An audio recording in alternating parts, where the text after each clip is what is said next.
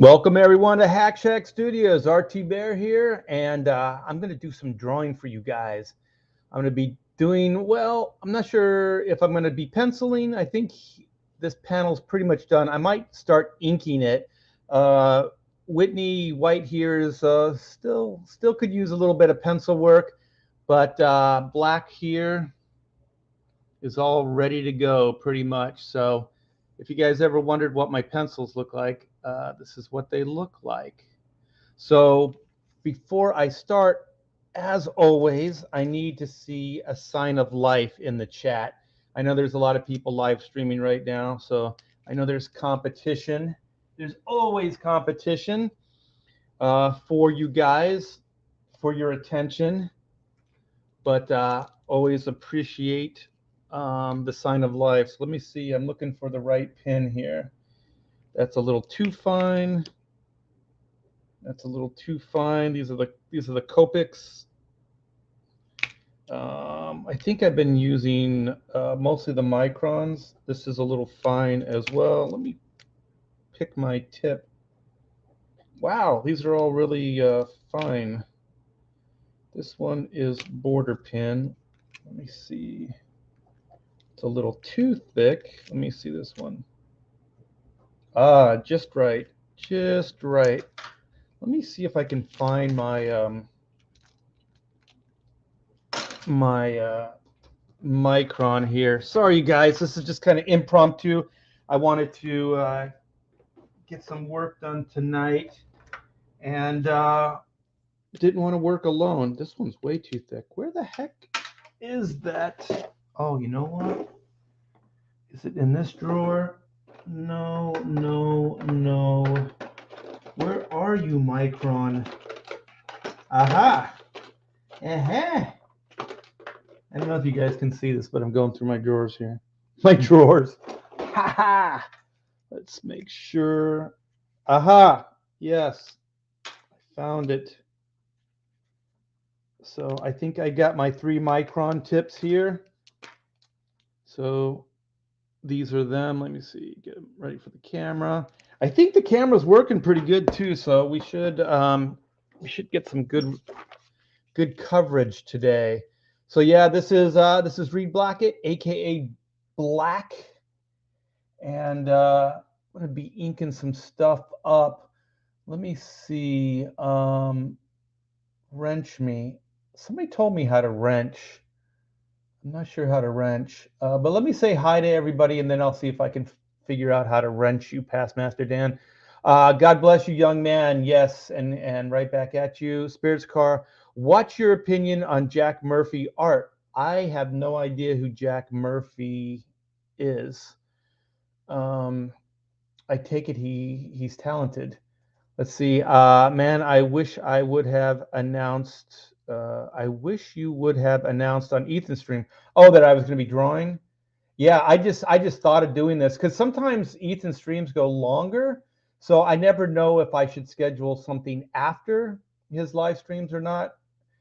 Because sometimes the King shows get done around 8:39, but sometimes they go later. So hell, art and chat draw streams are always a good time. Oh, great! I'm glad you like it. We see too much art. What? I say not enough art. We got Metatron's cube. Dang! I think that's dang because you like the drawing. I hope. I think you have to be in StreamYards. Yeah, let's see.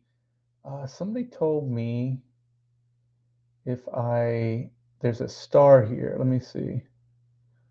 I just starred you. I don't know why. Oh, wait, there it is. It's right here. Put user in timeout or block user. No, I don't want to do either one of those things. I don't want to do those things. So let me see.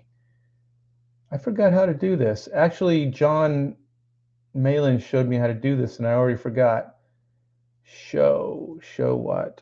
Okay, that's not it. Brand, banners, comments, private chat, settings. Let's see what settings are.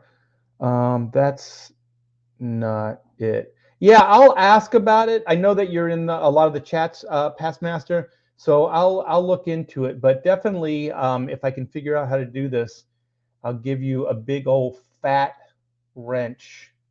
We got Daniel Craig, aka Double O 007. Why does everybody have to chime in on that guy? What guy? Is that that Murphy, whatever his name is, Jack Murphy? I don't even know who that guy is. Hmm. And Dino says, wait, and Dino says, I'm here. Art draws as almost as good as me. You are getting good, dude. Like I look at your posts; they're pretty cool, pretty good stuff. Murphy is the LOL cow of the season because he's very funny. Yeah, I have no idea. Uh, big up, big ups on Art. No problemo. Yeah, we'll figure it out. Yeah, I figured it out. Yeah, Art, I was referring to that Murphy guy. All right, let's do this. Let's find the pin, and I hope not to be bumping this camera because it's right next to my arm, and the lighting. I really have to play the lighting down so the camera works. So let me start on some of the background and kind of warm up a little bit. See if I can. Yeah, I'm going to work for maybe an hour or so and see how it goes. That one's a little too thin. Let's see if I can get it. Here's a thicker one. Yeah. I haven't inked in a while, so this is going to be interesting.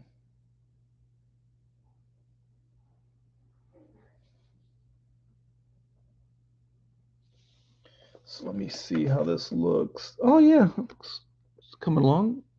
There it is. Okay. So let's go here. Little cracks, little crackle. Not the good Kirby kind. The rock crackle kind.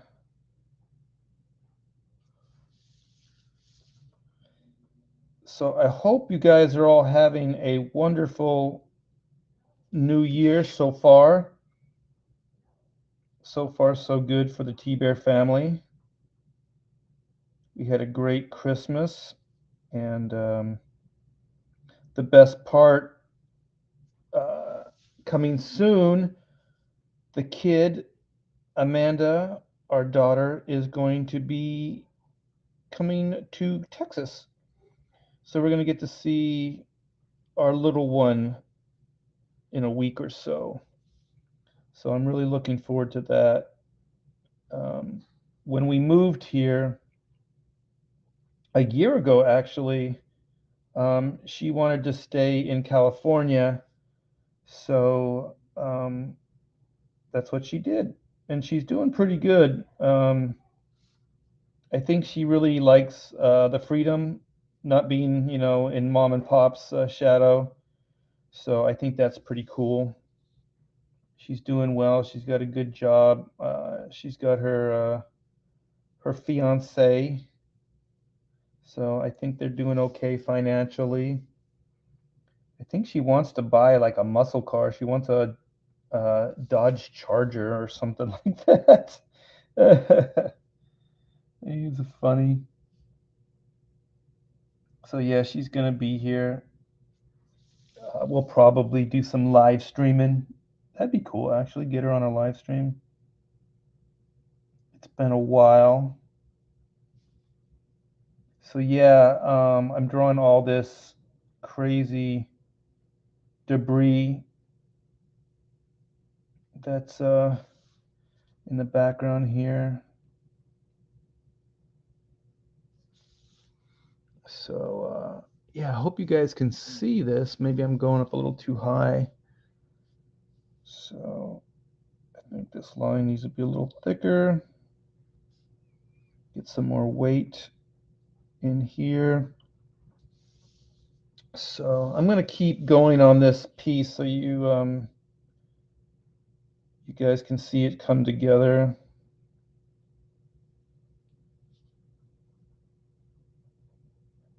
Like I said, I hope everybody's doing good. Hope everybody had an enjoyable Christmas. And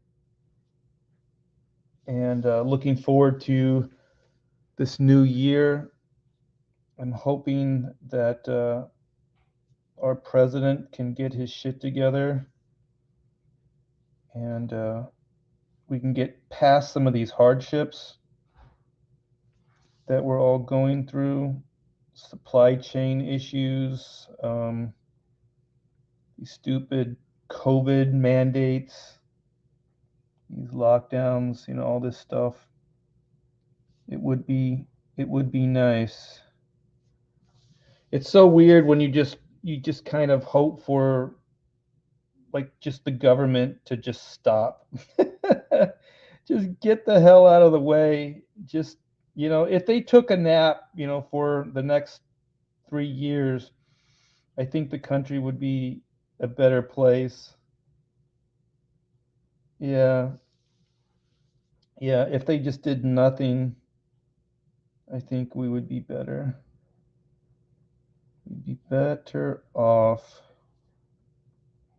So I hope you guys like these drawing streams. I'll try to be as entertaining as possible. This is coming together.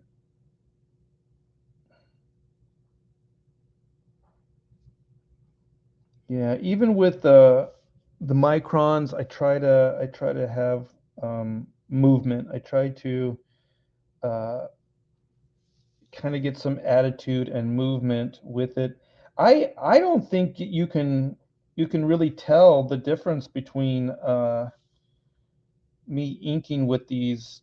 I always call them markers. I know some people they take offense to them. They call them pins, but whenever I refer to a pin, it's usually a crow quill or something like that.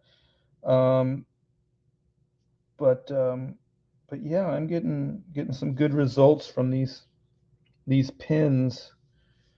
And let's get some of this background stuff in here. Arrow just showed up. I hope he behaves himself. Sometimes if I kind of ignore him, he'll be calm.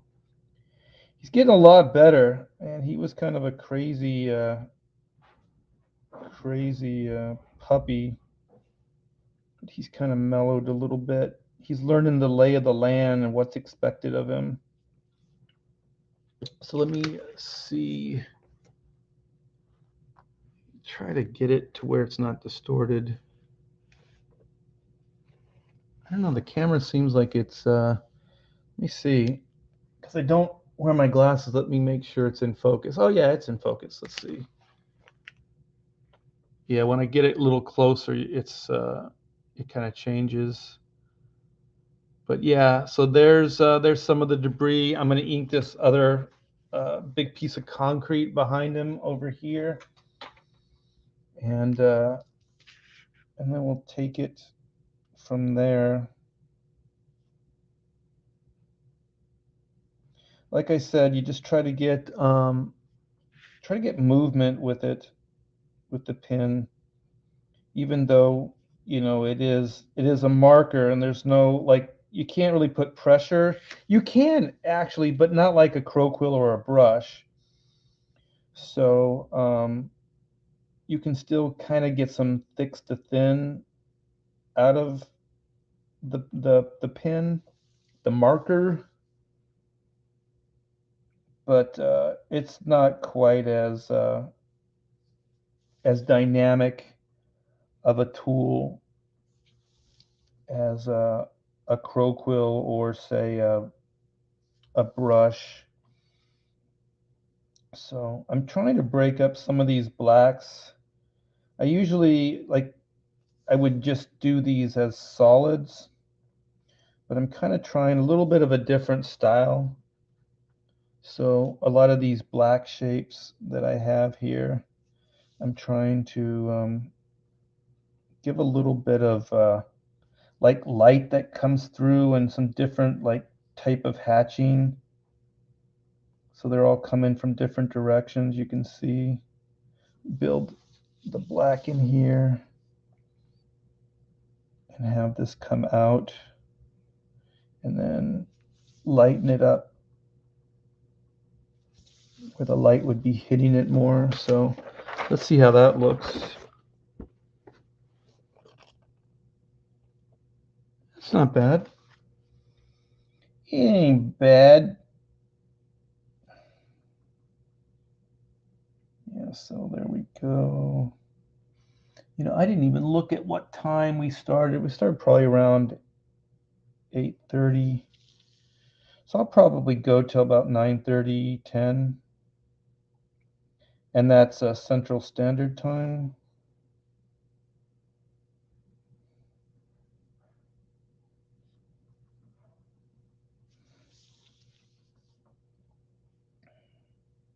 So yeah, you guys, black and white is still in demand. So still going strong. And the link is in the description. So if you guys want, if there's any newbies to the channel and you want to see what all this hubbub is about, just click the link and go check out Black and White Man vs. Machine Volume 2. So this will be the epic conclusion to the origin story.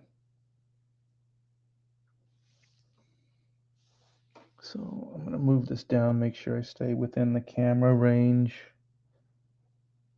Kind of moving my my head closer to the drawing board. So I hope you don't see my big fat head. Yeah, this is always a challenge to get the camera in a good position.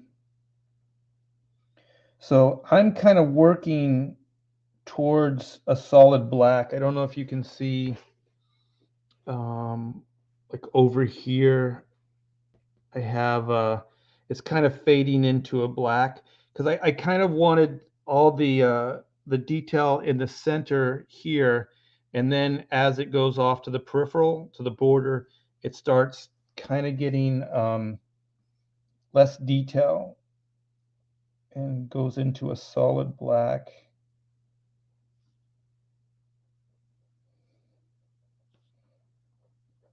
So I'm going to structure all this up all the way to the bleed. Yeah, this panel is going to be a full bleed. I'm really having a good time, you know, just laying this stuff out and bringing it together. I do think it's at least at this point, I think it's some of the best stuff I've done. I'm really having a good time with it. These characters, like I don't know if you guys are creative, you know, but for me, the more time I spend with something like characters or a concept, the more real it becomes for me. Um, and so I really these Whitney Song and Reed Blackett really feel like tangible characters, like almost like real people to me. And so the more I keep working on, you know, and with these characters in this universe, the more I feel connected to them, the more real they become for me. So I want to tell just a bunch of stories in the future with these guys, and I'm talking with some people now and trying to figure out a way that I can possibly work with some talented people and delegate things. Excuse me, and so I can get more work done. But that's really hard. I'm a wee bit of a control freak. So I really don't want anyone else to draw my babies. It's really weird. Yeah, I would like to be able to just do all of it, but there's only so many hours in the day. So I kind of have some of these indicated as solid blacks, but like I said, I'm going to break them up. So actually where's that thicker pen? What I do sometimes, yeah, this is it, is I'll get a thicker, and then I'll just throw some lines down and see how the broken up, how I can break up the blacks a little bit. So it's kind of cool. There's a method to the madness. And the key to doing like rocks and organics is you stay away from patterns. Like one of the things is you kind of have to force yourself to not think in patterns. Like one thing we want to do as humans is we want everything to line up. We want everything to be, symmetrical. So then when we draw, we kind of try to do, or we don't try. I think subconsciously we just do it. So everything lines up and everything is kind of parallel or horizontal to each other. Um, and so when you do like rocks and organics like this, you have to abandon that altogether and just think more, uh, just throw stuff down almost. Um, you can't be too patterned with it. You can't be too controlled. So you kind of just want to throw stuff down. And these are terms that I use when I ink, like throw stuff down and stuff. So I hope you guys kind of understand what I'm talking about. When I mean throw stuff down, it's just kind of work quickly and not get hung up on if everything lines up or looks pretty. So you're kind of just throwing lines down and I guess hoping for the best. But here's that solid black shape. I'll probably come in because, like I said, I'll come in later. Like I said, it's kind of hard. I got very low light in here. This camera is really, really sensitive. So it picks up all like the light. It just kind of overdoes it. So this will be all, I'll probably break this area up, but I'll do it with a fatter pin, so it looks a little organic. So let me get over here and get this. Here's some fire. I'll ink that up. So let me hold it up. So it's coming along. So let me, here we got the rest of this big chunk of concrete. And it keeps going past this panel here. So just about got it structured in.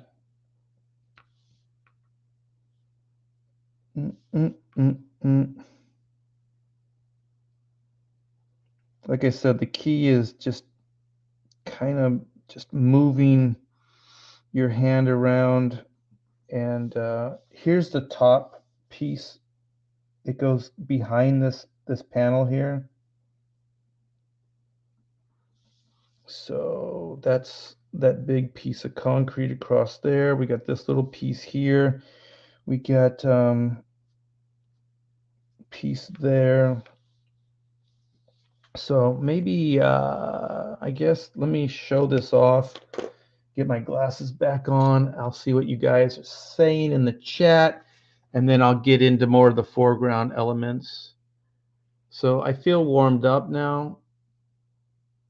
So I got that done. I got this piece all thrown in there now. So now I'll start on some of the ground detail in the foreground here.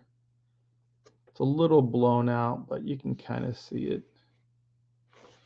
But let's see. Let me get a drink of water here and let's see what you guys have to say.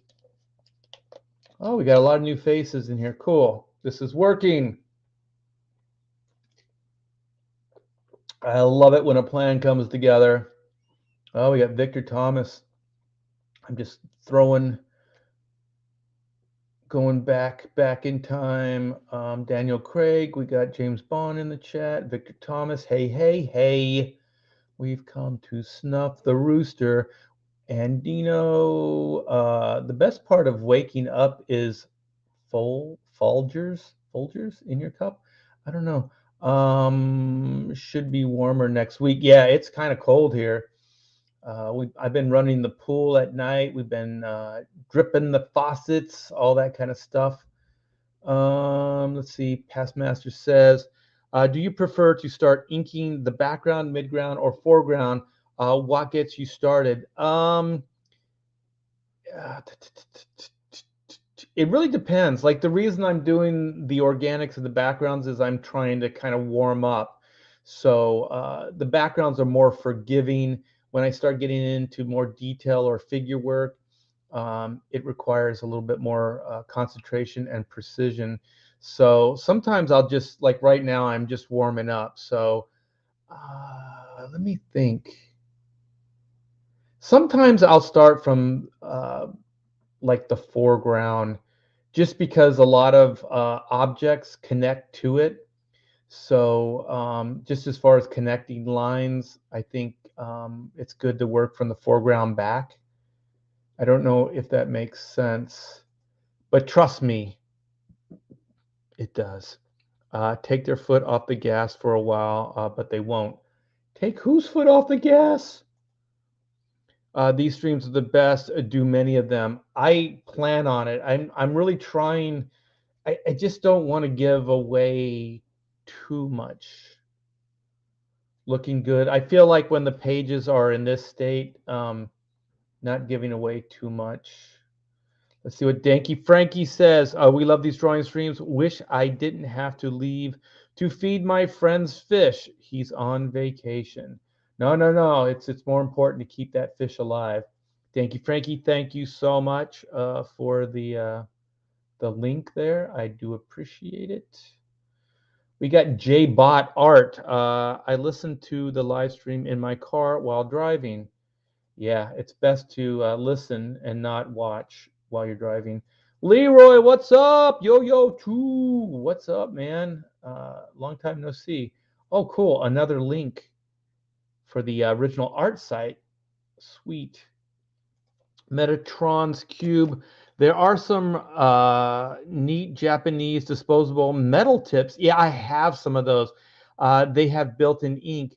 The reason I'm using like markers is because I damaged my thumb, actually both of them. So I find it easier to use this versus a pin, like a crow quill or a brush. You got to grip them differently, and for some reason, these are kind of like they're like pencils, so they're easier to hold. They don't hurt the hand. Go and tell midnight your Belinda time. No, you guys are earlier. No, I'll be here forever. I'm trying to get up early. No dipping. Yeah, I got it. Yeah, I've tried some of those the Japanese brushes with the cartridge brushes. I used to use them at conventions because they were more convenient. But to be honest, I didn't like them. What's up, Art? Looking forward to the new black and white. Hells yes. The previous issue was full filla. I don't know how to say.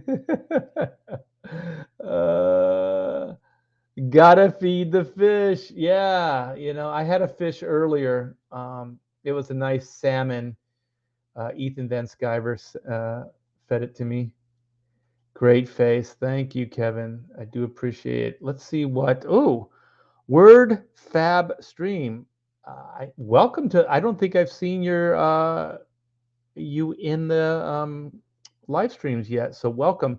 First time I've seen you draw ink. How do you hold a pen that high and maintain accuracy? I have a hard time choking. Oh, I think I understand. Writing my own name. I think let me see. I think it's kind of necessity because you mean like I hold it back instead of like up like this. Um, I don't know. um, let's see how it goes. You know what? I never really thought about it, but let's see. Um, now I'm a little self-conscious. I think it's just allows me more movement. I think if I was inking maybe without the camera, maybe I would be choked up more on it. I don't know. I'm gonna have to kind of pay attention and see what's going on.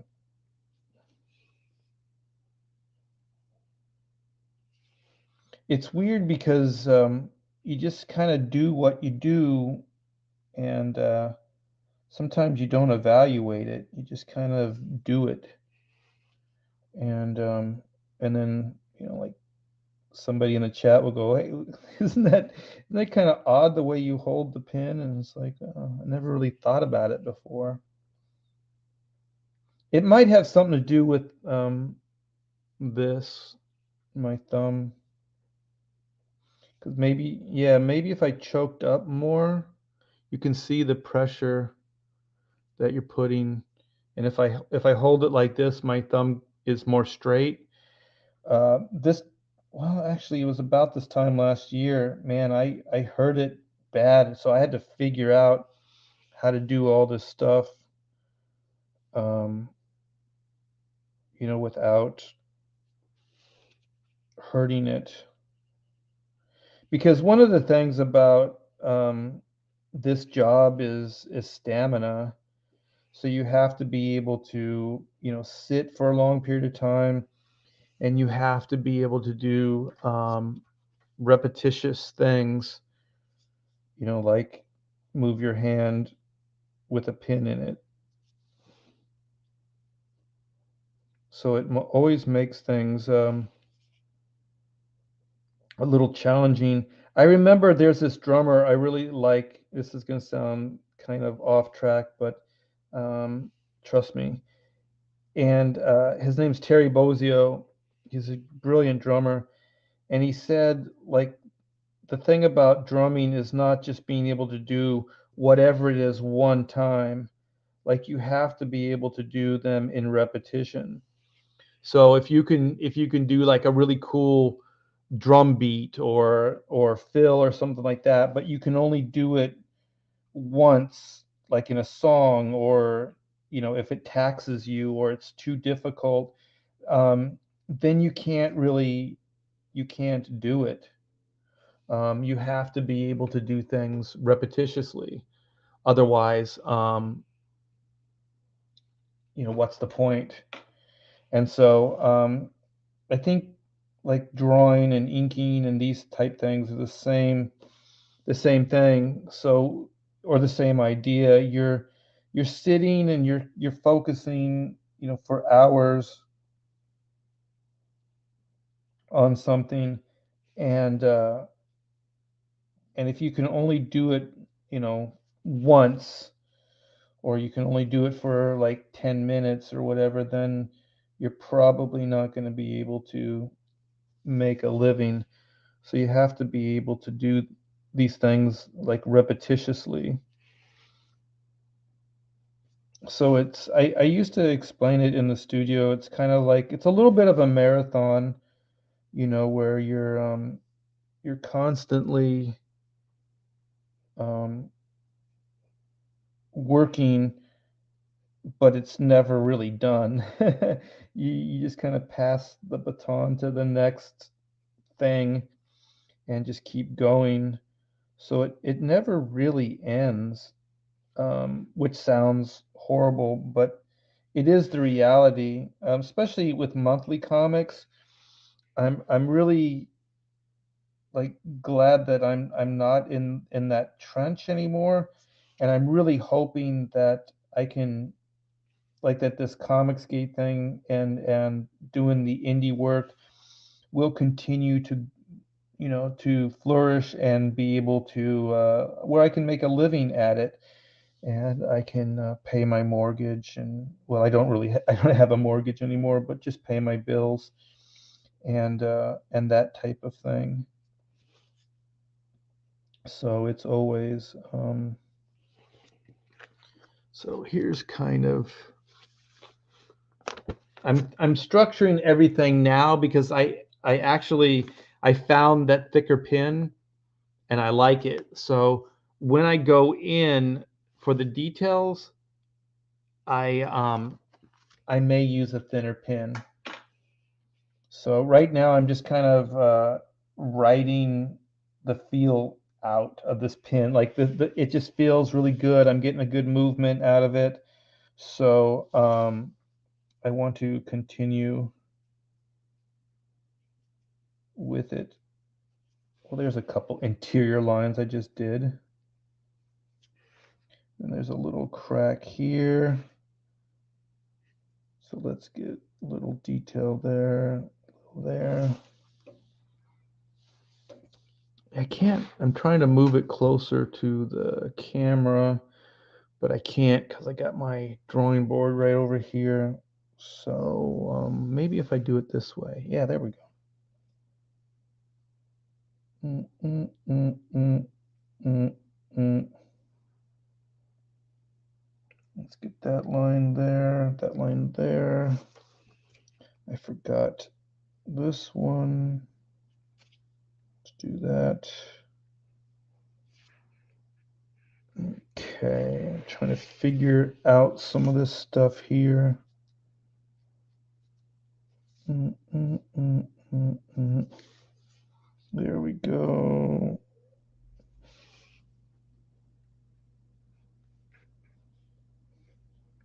Some of this won't really matter because it'll be cropped out, but you still have to draw it just in case, because you don't know how much of it's going to show up when the book is actually finished and cropped. All right, let's get some of this stuff in here. And then I'll show off the page again, and then I'll reconnect with you guys. Okay, this side of this little metal, bent metal stuff, I'm gonna make thicker because I want to give it a side, and then a little thicker in here, thinner on top, and a little thicker on this side again. So, oh, I forgot this.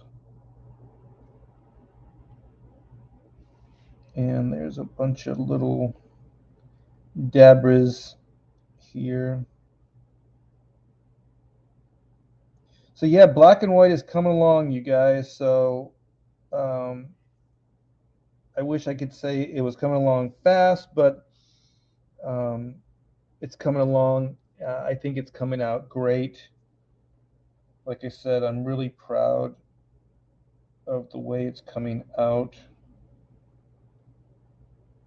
I can show off a couple pages. I've showed them on other live streams, but I can do it again. Here's some rock. This is on the other side of the panel here. So, and then there's some flames here. The burn the mother down. All right, and I'm going to put my hand over here. I don't want to set it in wet ink, even though the markers dry a lot faster than crow quill or brush. I still really don't want to set my hand in ink that I just put down, because sometimes it'll still smudge even though it's a marker.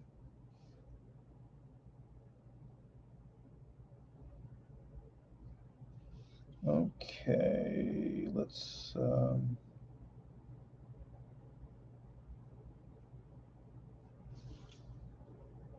go over here.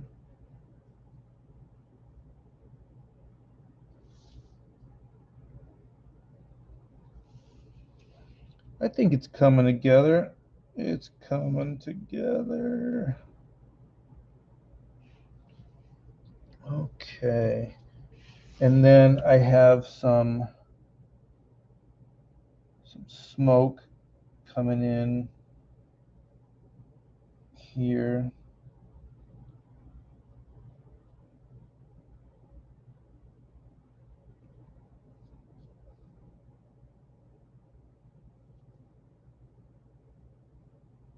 So I don't know if you could see that the line I put down originally, that had breaks in it, because it's kind of an interior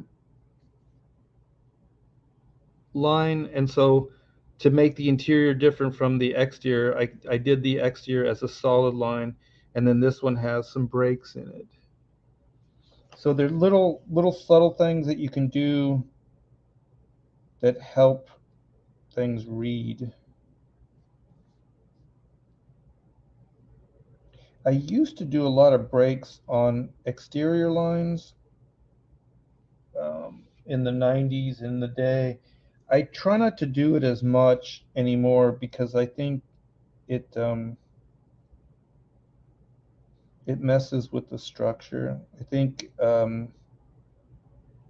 solid lines on structured outside lines look better. So this, I'll break the line as well. And then this is an interior, so I'll break the line. So you can kind of see what I'm talking about there. So I got one more little smoke effect over here. It's upside down. I hope that's not too jarring for you guys. So this is another time where you really want to, have your hand just kind of move, because you want the stuff to look really organic, and you want it to look like it's flowing. So, when I ink stuff like this, the smoke, these big sweeps, you want to make sure that you really just kind of you just move the pen, and you don't want to pick up the pen. That's one good thing about like the markers, is you can keep them down. You don't have to pick them up. Like brushes, brushes you can still kind of do that, but not the same way as you can with these. So let me see if I can find that other pin I had, and ink some of this detail, and then I'll read the chat. Actually, what I should do is I should put all the pins I'm using on my right side here. so I don't have to look for them. That one's too fine. This one is too fine. Where is that pin? Where is it? What did I do with it? It's too fine. This one's pretty good, but still not perfect. That's too fine. What did I do with it? Where's my micron? Okay, I'm gonna have to pick up this drawing board and oh, there it is. I just dropped it. Ha ha! Hold on for a minute. You guys are gonna get a view. Oh, you're gonna get a view. It's right here. Oh, there we go. Okay, so now I'm gonna force myself to put everything on my right side. Yep, this is the pin. I usually don't work like this, so I'm not really in the practice of it. So here's pretty much the debris with just the holding line structure on it. And so it's moving along pretty fast. Oh, and if you guys are wondering, this underneath it is still the original layout. So I'm still doing some light boxing. So this top panel right here, let me show it to you. So you really can't see it, but some of it's in pencil. So then, oh shit, it's too much light. You can't see it. But there's what I do is I have a light box. There's a light box. So there's the drawing, the original drawing that's on the back of this. You can kind of see it. There it is. So let me catch up with you guys.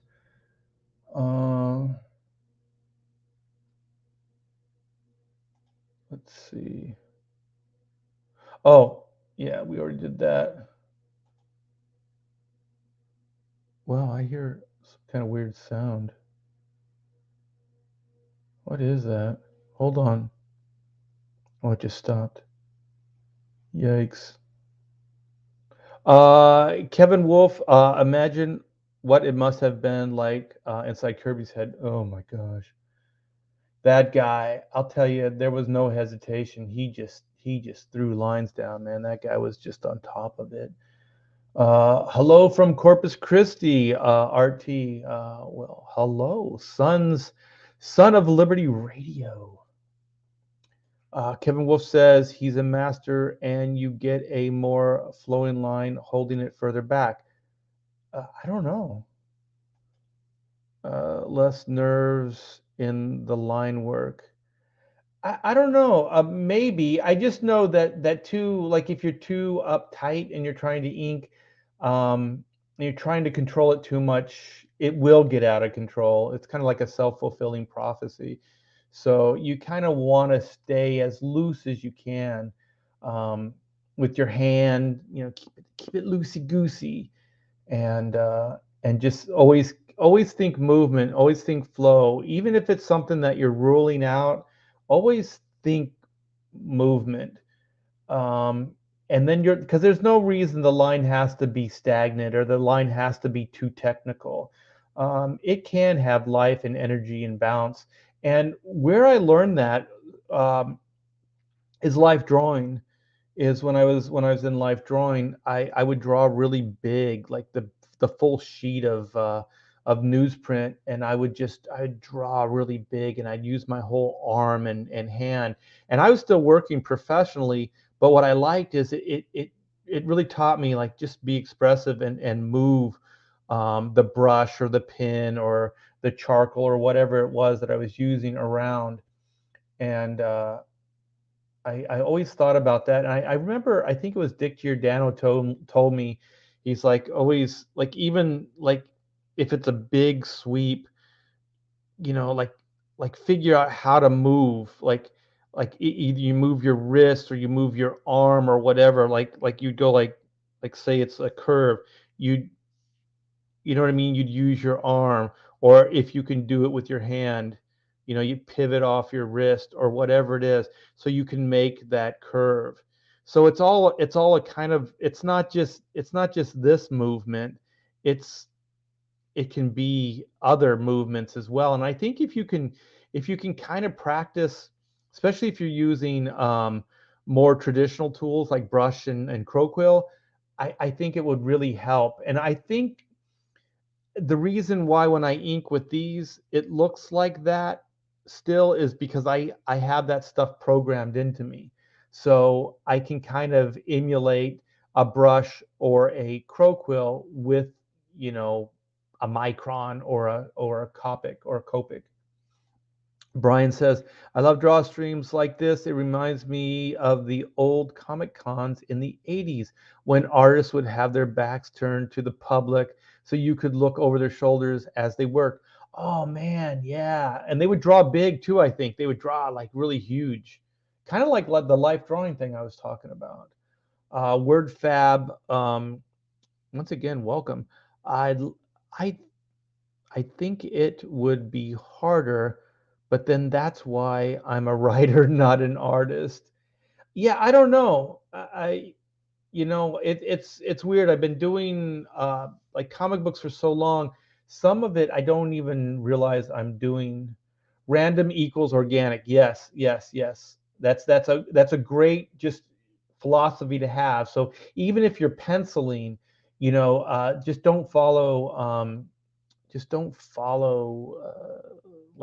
like the same lines. Don't think organized. Yeah, think random. It is hard, all part of the journey.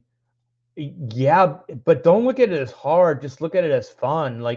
Like there's these light bulb moments that we all have when we're like I still have them. I'm having them all the time. And the cool thing is it's part of the journey. Um, it's constant. It never ends. So you always strive to get better, and you always strive to get better results out of either get things done quicker or get things done more efficiently or just get things done better. You know, push yourself to learn more. The biggest thing that I learned and what I want to, I think this is really great advice, you guys. Okay, so I used to think inking was like penciling or penciling was like inking or like writing. And what it took me years to figure this out, but what it is writing and penciling are processes. So when you draw, you know, you have an eraser. So you try something and then you erase it. You try something again and then you erase it. So you're always striving to get your proportions right, your drawing right. And so you're constantly drawing, redrawing, drawing, redrawing. So when you write, you're doing the same thing. So you write a sentence, so you write a paragraph, and then you reread it, and you're like, well, it doesn't quite say what I wanted to say, so I'll try it this way or that way. So then you delete it, you rewrite it, and you know they say writing is just rewriting, but kind of penciling is the same thing. Penciling is like drawing and then redrawing, unless you're Jack Kirby. And I love this quote where the guy interviewing Jack said, "Why don't you ever erase? You don't use an eraser." He goes, "They don't pay me to erase; they pay me to draw." So I was like, "Wow, that's freaking cool, right? That is awesome." And so, but I'm not like that. So I'm constantly drawing, erasing, and trying to find the proportion, the form, you know, how everything works together. And and so it's a process, but inking is more of a performance. So inking is like you guys could see, like when I was throwing those lines down and doing that, it's more like you're in that moment, you're kind of throwing these lines down. And for right or wrong, these are in ink. Like all of these lines are in ink. I can't erase them. I can't redraw them. I mean, some people will take, you know, or like if they do it digitally, they'll digitally do it and then they'll redo it and so on and so forth. But I don't do that. I when I ink it, it's pretty much that's what it is. You know, I don't really go back. I don't really, you know, like fix it or white it out and draw over it. I mean, it would have to be a major, major mistake to do that. So what I'm saying is it's more of a performance. So you're in the moment. So if you think about like I still consider myself a rocker. Like when you're rocking on stage, right, in front of a live audience, that's the performance. The performance is that moment in time. So if you miss a beat or you drop your drumstick or whatever it is, that becomes the performance. So even with the imperfections, it's still the performance. So inking is kind of like that. Like you're in the moment, it's a performance. So when you make a mistake or things start not going your way, that's where the control, you can't be that much of a control freak. So you kind of got to go with it. So if you alter a little bit, then you have to go with that new line. You can't get hung up on that pencil line because you've already kind of redone it. You've moved in a different direction. So that new direction then has to be the direction that the next line follows, and so on and so forth. So it's kind of more like you're live. It's a live performance where penciling and writing are more of like it's a process. Uh, and I think if somebody told me that years ago, I would have understood penciling and the creative process more, because I thought like when you pencil, you put a line down and that's it. You don't go back, you don't redraw, or when you write, you just write something and that's it. I didn't really understand that it's a process. So you're going to do this a lot of times. You're going to do this multiple times until you find whatever it is that you're looking for. Whatever you're looking for creatively, I should say. Oh, thank you so much indeed. Always loved Art's work. Thank you, man. I appreciate that. Let's see. Wow, I think these are a lot of new names. So welcome. Don Sword Graphics says, Art, I was wondering why you switched from Crowquill. When we moved to Texas from California, there was a lot of. I like to work in the yard, so there were a couple trees, and I chopped them down basically. So I had an axe, a hand axe, and I had a saw. So there were two trees, and they were probably about 25 feet tall, and I took them down myself, pretty much. Excuse me. And so I didn't realize how much I was hurting my hands by doing that. I'm an older guy too. So yeah, I hurt my thumb, both of them actually. I think what they call it is trigger finger. Like this hand still hurts a lot. Um, and so what happened is my thumb just locked up. It just kind of stayed collapsed on itself. So if I wanted to straighten it out, I kind of had to physically snap it back in place, and then it would stay. I had about this much movement, but not a lot. So then if I wanted to move it, I would physically kind of move it. And so I went and had cortisone shots, and the shots freed it up, and I got a little bit of movement out of it. And so then I basically just kind of didn't do anything with my hands for a while, and then they slowly got better.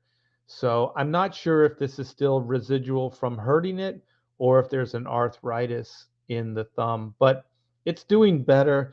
And I kind of miss the Crowquill, but this is doing, this is good as well. I'm having a good time with the markers. So that's kind of the switch. The switch was, it's hard for me to hold. I think it's like kind of what you guys are talking about, where you choke up on it and your thumb is really bent in and you kind of really put pressure on those tools. Where with a marker, I can be looser with my grip of things. So it doesn't hurt as much. So Son of Liberty Radio says, when I was in art school, they taught us right angles and parallel lines because the eyes to freeze on our compositions, odd angles and asymmetry done right. Yes, asymmetry, and yes, indeed. Yeah, try not to line things up too much, because also it just becomes boring. You know, that's good. You had a good teacher. Are you going to ink the face on the stream? No. I'm going to ink a little bit more of this debris, and then I think I'm going to call it a night. I might do another live stream where I ink more of the figure stuff, more of the meat of it. Do you have an art book available? I do have an art book. It's called Oodles of Doodles and Other Stuff too.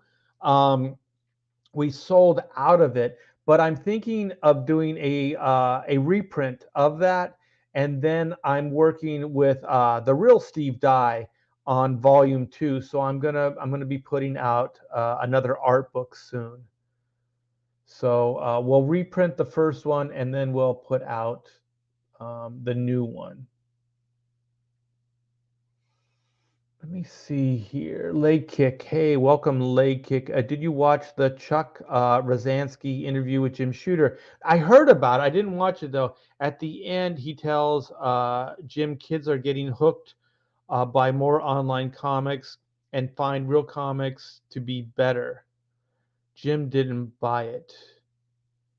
At the end, he tells Jim kids are getting hooked by more online comics and find real comics to be better. So are they hooked on online comics, or I'm not sure. I think I understand what you're saying, but yeah, I think everybody prefers tangible comics. You know, I think if the price was really cheap, I think online stuff would be fine. But if you're paying real money, I think people want tangible stuff. And Proby says, I just picked up an original T-Bear signed black and white 1 through 3, published by Image Comics. Yeah, baby. Sweet. Let's see. La Magante. La Magante. I gotta slow down. Comics just launched Maverick 2. Oh, cool. Just saying. Yeah, go check out Mavericks 2. Hey, Pedro. Hey, Pedro, I have to tell you, because I forgot to do it earlier. My wife and I have to take the dog to the vet. So if I could make our creative high octane meeting an hour later, so instead of 10, can I make it 11? I should be back by then, and then we can get into the high octane adventure. So if you guys don't know, Pedro and I, mostly Pedro is doing the high octane book, which I should probably show off. I should probably promote myself a little bit. Hey, speaking of the devil, there's the real Steve Dye. Yeah, let's do this. Let's do this. Share screen. Click. You got to click a million buttons for this. Button. Who's got the buttons? Okay. So this is the reason for the season. This is Black and White Volume 1, Man versus Machine. We are at 92,220. I think we picked up a few backers today, so that was very cool. So this is going to be the epic conclusion to the Black and White Origins saga. So they're back and badder than ever. Black and White have boots on the ground once again as they confront Jake Chang, aka JC, as he begins his Burn the Mother Down campaign to bring on his New World Order. So that from the ashes will rise the Phoenix World Order, which is ruled by deadly robots with one master. Ooh, sounds intriguing. We know that Reed and Whitney have an adversarial relationship, and that Reed is usually left holding the bag when it comes to Whitney's less than stellar decisions. But will her thirst for vengeance destroy the team before it ever has a chance? Keeping Whitney focused may just be the death of Reed. So this is a graphic novel. This is 64 pages. We just added a 4-page epilogue to it, so 68 pages, written by Joe Fulton and myself. I will be doing all of the pencils and inks, as you can tell. And then we are going to bring Paria Parai in for colors. He did the first issue, And then, of course, Comicsgate's own Eric Weathers. So we have a variant cover, which is the Kenneth Rocafort for Volume 2. We got the incredible Joe Bennett for another alternate cover. So, and then we have, this is it. This is the High Octane Adventure. So this is the 22-page High Octane Adventure with Von Klaus writing and Pedro Ang penciling and inking. And yeah, we're just kind of going over stuff, kind of fine-tuning it. But for the most part, this book is done. So as soon as Pedro and I kind of lock this down, we're going to finish up the coloring, and then I'm going to get Eric in to letter it, and then I'm going to send this out to the printer. So what Pamela wants to do this time out is, instead of waiting till everything is done and then going to the printer, she wants to start printing as we move forward. So like the trading cards, some of the patches, things like that, we're gonna start making them as we get them finished. So this is Volume 1 with a second printing cover. So it's got a new cover on it, but this is the original issue. So you can get both of those, and you can get the full story that way.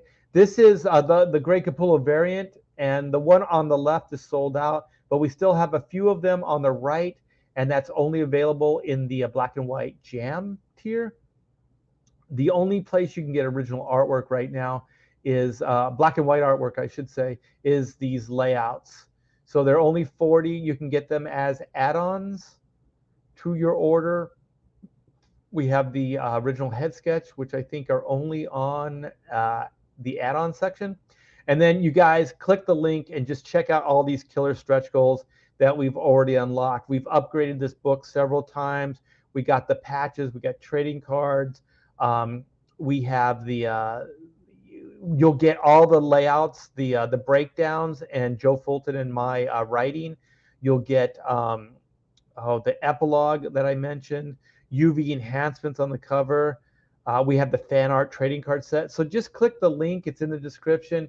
Come by, check it out. We also have these nifty cool t-shirts. Yeah, so we have this killer wraparound t-shirt with designs by Shay, aka Red Valkyrie. She knocked it out of the ballpark. Looks so great. And then we have the Inko t-shirt, which was done by D Geek Art. So she came up with the visuals for Inko and put this t-shirt together. It looks killer. So if you want to support the Hack Shack mascot, get yourself an Inko tee. And yeah, you guys come by, check it out. You can watch the video. There's 2 different videos that you can check out. And yeah, we are getting very, very close to 100K. So that would be fantastic to do that soon. So let me get these microns fit your style. Oh, thanks. And let me finish up the detail on these rocks, and then I'm going to call it. Yeah, right. I'm used to Artie in the AM. Yeah, this is weird. Yeah, doing something later. I just really wanted to do some inking tonight, and I was a wee bit lonely, little lonely. What is? Let's see. We got Jeff Potts in. How you doing, Jeff? Oh, Citizen Ronan. Missing Persons, and Frank Zappa. Oh, yeah, the Terry Bozzio. There was a band called UK as well. It was like a fusion band, like a prog rock band. I didn't know that. I did not know he played with the Knack. Hey, Checkpoint, what's up? We got all kinds of Warren Cucurullo. Yeah, he was part of the Zappa band too, and then he was a founding member of Missing Persons, and then I think he plays with Duran Duran now or something like that. Yeah, really innovative guitar player. Just a lot of killer sounds and stuff. Then again, Steve Vai came out of Zappa too. A lot of great musicians, man. I got to be in like a certain mood for Zappa though. Oh man, all these streams always go to music, you guys. He was probably relieved to play missing person stuff after Zappa. Yeah, that stuff's pretty complicated. Yeah. But I don't want to derail this either. Love watching you work. Oh, no problem, man. Shane Davis is amazing. Art's hand aren't shaky considering his age. How dare you, young man? Ah, man, we got another. We got a Don Sword graphics. Must be quite a change from Croquill. Yes, indeed. As soon as my hand starts feeling better, though, I'm gonna have to try the Croquill again because I'm really fearful that that skill will go away, and I'm hoping it does not. Hey, Brian, what's up, man? We got SDA. Got a lot of new faces in here. Darmex. Will there be a version with inks only? You guys have been talking about this, like doing a black and white version of black and white. Possibly. We'll see where things go. One of the things I want to tease with you guys is that black and white in the in-demand store, we're still going to bring a lot of cool stuff. So we're going to be selling original artwork like these pages that I'm working on now. We have the little mini action figures that I've showed on some of the live streams that Eric Huffles is going to be putting together. Just cool stuff. Yeah, like an artist edition. Are all the artist editions oversized though? I don't know about doing it as an oversized. I would love to, but I just don't know what the cost would be. Hey Art, I'm launching a comic I wrote with your old buddy Marat Michaels. Cool, on the 10th. Well, great and good luck, Drew. Drew's a good guy, man. Yeah, best of luck. And let me know, man, if you want to come on the show and promote the new book. Marat! Yeah! Where's the camera? There it is. Do. Wow, I'm way behind the chat. You guys are all going crazy here. What's up? I would love to get better with inking. Yeah, it's all just trial and error. Hey, Sheldon, what's up?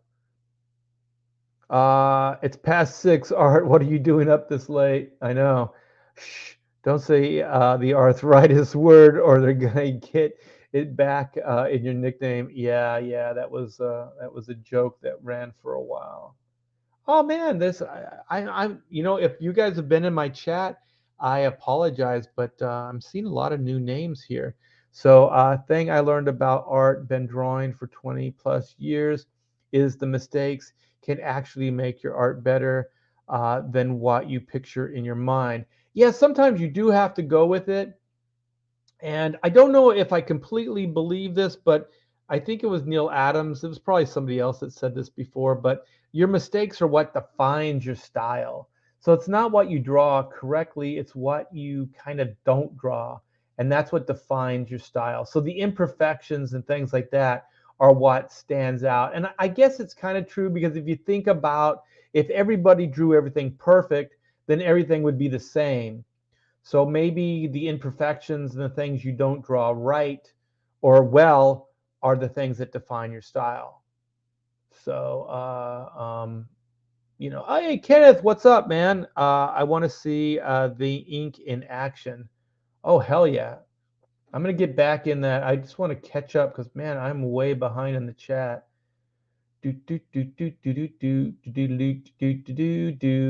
Wow, you guys have been busy. Hey, Jeremy, what's up, man? You guys are talking about Warren Cucurullo. Sheldon, I like your mouth music here. Black and white of black and white. You just blew my mind. Hell yeah. That's what I'm all about, man. I'm all about blowing minds. All right, taking off the glasses. I'm going to take a hit of water here. My throat's going. And then let's get some of these details, these rock details here. Wow. All right, so Here is the smaller detail, so I'm using a finer pin. So you can see the lines are a little bit more deliberate than they were, you know, because those were like bigger strokes, bigger, you know, the structures of things. So with this, you got to be a little bit more controlled. But I'm still really not choking up on the pin that much.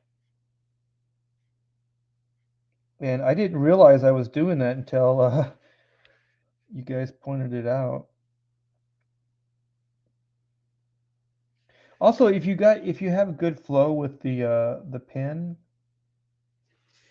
you don't have to you don't really have to bear down on it.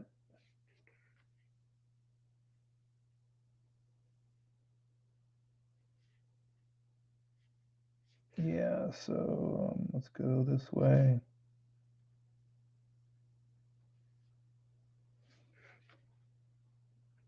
So I use a lot of broken lines when I'm doing rocks, though. It just looks cooler. I think also it helps with the imperfection idea.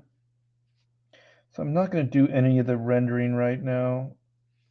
I'm not up to it. It's been a long day.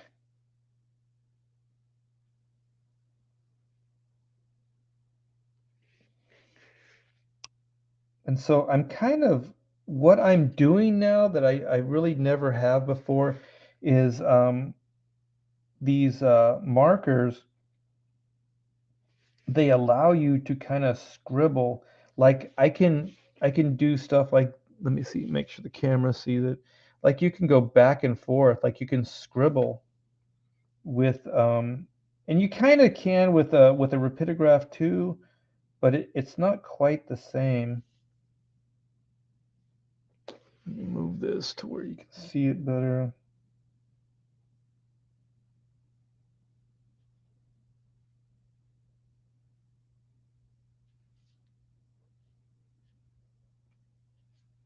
So let's go over here.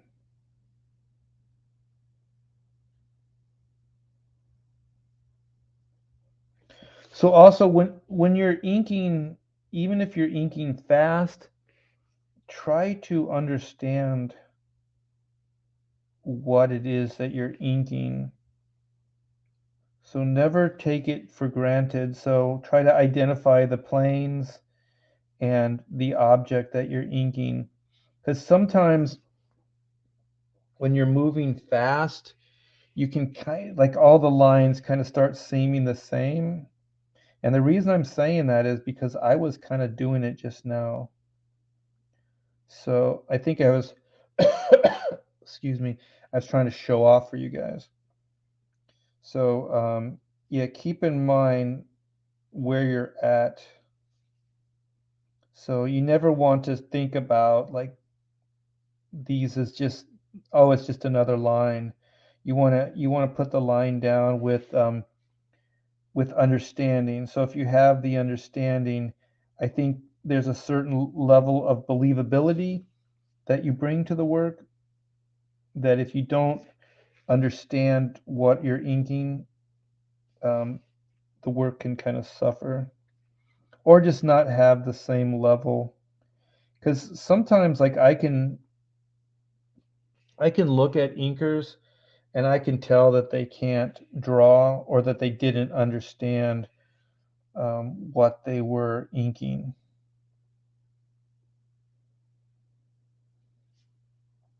And I also think all the best inkers can pencil on some level. You know, they might not be great at it, but they can do it. So I'm going to do a couple more lines here, and then I'll give you a close-up. me get my glasses on. Everything's all blurry to me. I just want to make sure that the camera's still working. There we go. Yeah, it's coming together, man. Thanks for hanging out with me, you guys. You guys are the best.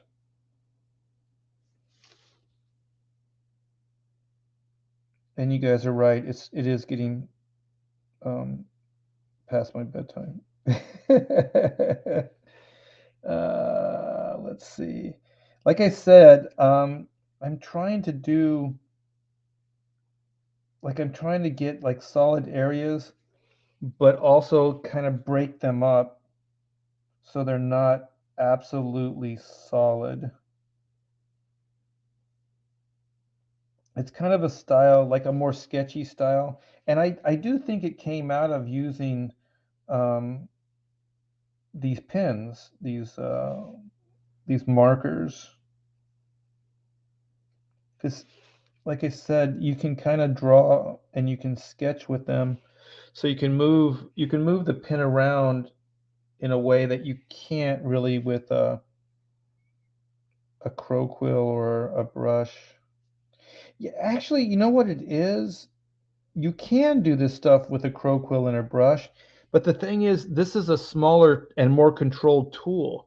So you can kind of do those movements in a more small controlled area. I just figured it out.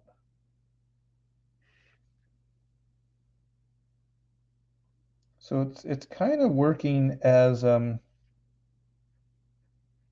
freedom right now. So I'm having a ball doing this. And also I think that maybe, like sometimes life will give you lemons and then you make lemonade. So like I try to look at like, well, because I was really scared when I hurt my hand because my thumbs it wasn't coming back. I mean, it was months and months where I couldn't move my thumbs. And so I was kind of fearing that, maybe I wouldn't be able to make a living anymore. And so, um, I was like, oh, if I can't do this, then I won't be able to, make a living for myself and things like that. So when I was started messing around and playing with the markers, I realized that that just wasn't the case. Like it just kind of one door closed and then another one opened, if that makes sense. So I don't think the style on this book would look like it does if that didn't happen, because it kind of forced me to rethink my approaches. And when I say like my they didn't work, like when I say it was jammed like this, and I would have to physically, and it would snap. I think they call it trigger finger. And but now it's pretty cool. Like I said, I don't think this style would have come along if it wasn't for the thumbs getting, messed up. So that's a good thing. I try not to dwell too much on that stuff. Like if you can't do it one way, then just kind of figure out a different way to approach it. Because the human spirit is is pretty amazing, and there's a lot of things that we can do that we don't realize we can do until something maybe is taken away. And I I was hurt real bad in an accident, and I couldn't walk for months and months, and so I was in a band at the time, and I was in a full like leg cast all the way up to my hip, and it was my right leg that was snapped in two, so I didn't have the use of my leg, and so I didn't want to stop playing the drums. So I taught myself to drum left-footed. So I switched my kit around so I could lead with my left, and so I pretty much just taught myself how to play left-footed, and so I did that for months and months. We even played like live shows that way. Like I would hobble up on the stage, and I would do my drum playing. Yeah. So like I said, you never let those things slow you down, or stop you from doing what it is that you want to do. And then I got like the double whammy um, when I was still healing from the accident. I uh, i was diagnosed with scoliosis, and it was really bad. It was really, really bad. And so I had to get like surgery to straighten my spine out. I had a crooked spine. And so um, when I was in the hospital recovering from the surgery, I was told by the doctor that I would never really be able to do physical labor, like lift things and stuff like that. And so I never really had expectations for my life. I always just thought, I would just be a manual laborer, and that's how I would feed myself. And so when um, when that happened, um, I realized I probably won't be able to do these uh, these things. Like I can't take life for granted anymore. I'm going to have to figure out an alternate plan, or even like come up with a plan, which I didn't even have at the time. So a girlfriend of mine brought me a sketchbook and some comic books just because I didn't have anything to do. I was just laying on my back and I couldn't move, and so um, I started looking at the comics, and they were Pacific Comics and like Savage Sword of Conan. They were like the more adult comics, because I at a certain point I stopped reading comics, and got interested in music and cars and girls and stuff like that. So when I got those books, I was like, wow, this is pretty cool. And then, I had drawing utensils. And so I just started drawing in the hospital, and it just kind of clicked that that's what I should do. So it was kind of like, I feel sort of like divine intervention. Like these things came into my life, and then I just kind of started pursuing, drawing. So when I got out of the hospital, I went to school. I got into school, and started kind of educating myself on how to draw. And I was never really able to afford like a real, like 4-year college or anything like that. So I always just kind of took like night classes and stuff, because I still had to work and make a living for myself.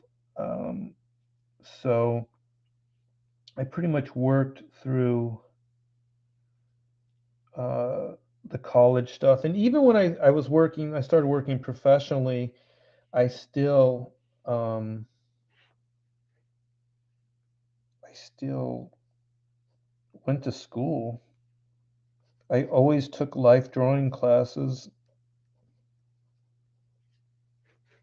Yeah, so let's see. Let me get my glasses, see what we got. Getting a little tired here. So here is a little bit of the detail. A couple of the blacks, black shapes and stuff are forming. So you can kind of see how it's coming together. And so here's where we started. We started with these rocks up here. So maybe if I have time tomorrow, I'll ink some more on a live stream. I got like my morning's pretty busy. I'm gonna take the dog to the vet. It's just gonna be fun. That dog is crazy. He's a crazy, crazy pooch. So here's the other side here. So yeah, we'll see. So if you guys want, tune in tomorrow. See how much more of this I can get done. It might be afternoon, maybe 2 o'clock, something like that. So let me frame this up, see what you guys are doing. It's looking great. Thank you, Sheldon. I do appreciate that. Wow, Art. Oh, thank you.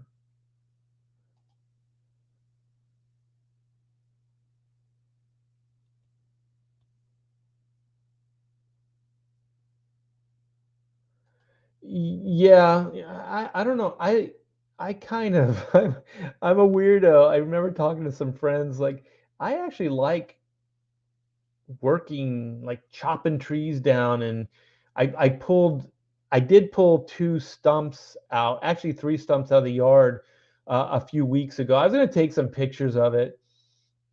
But I did it kind of slowly. I didn't push myself, and I was definitely monitoring, making sure that I wasn't, hurting my hands. Oh, thanks. It looks great. Thank you. I got a thumbs up. Yeah, and if you guys could thumb up this live stream, it does help. If you know people that like to watch people draw comic books, if you could share this out to them, even though I'm going to be closing up soon, they could come in later and check it out. And as always, I appreciate you guys. You guys are the best. Thanks for hanging out. Um, uh, yeah, I had fun. It's all because of you guys. Jeremy says looking good. Um, yeah. So thanks you guys, and we'll try to do this tomorrow and see if we can get some more. Oh shit! I should have done this on the live stream. I got to come back. We just got some backers. Backers. Oh, you guys are the best. Let's see. Maybe I could see what we got backers for. That'd be cool. Let's see. Oh, we got two story page layouts. Yeah, some original artwork getting into people's hands. I like that. So let's do this real quick. I always got to do this. Always got to do this because this is the good parts of life. So yeah, Black and White, Volume 2, Man versus Machine, 92,301. So yeah, we got a backer that picked up two of the layout pages. So thank you so much for that. Also, the layout pages, if you get those as I think as the add-ons, there's a minimal amount of shipping. I think there's only $1 in shipping. So the idea is that they'll be shipped with your comic book. So we didn't charge. I think we had to charge something. So that's where the dollar came in. So thank you guys so much. So yeah, we're still closing in on that 100K. Every little bit helps. We got 1,139 backers, and we still got a little ways to go. So thank you guys so much for the backing. Like I said, help get the word out. I always appreciate it. You guys are the best. Wait 1 minute. Let me hit refresh again. You guys are making an old man's heart sing. Sweet mama jamma. Let me hit refresh. Let's see what happened here. I hope this thing works. 301. Wait a minute. Maybe it was just, let's check this out. Maybe it was late. No. Maybe I should wait on this. 301. Oh, there it goes. 378. Thank you guys. Wow. We're almost 400, 600 away from 93,000. Thank you. You guys are the best. Thanks for keeping me company during this live stream. I do appreciate it. And like I said, I'll try to do more of this tomorrow and follow it up with some figure work. So thanks again to everybody in the chat. You guys are the best. And hope to see you tomorrow. So here we go. Let's end.